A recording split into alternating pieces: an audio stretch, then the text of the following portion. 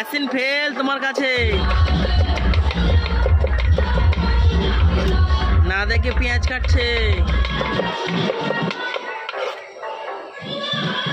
গাড়ি চালালে যেমনি হেলমেট সেফটি, পেঁয়াজ কাটার জন্য চোখে চশমাটা সেফটি। বিনা কারণে বিনা দুঃখে পেঁয়াজ কাটলে যেরকম চোখ দিয়ে জল চলে আসে, তো সেই কারণে চোখে হেলমেট পরেছে চশমা দিয়ে।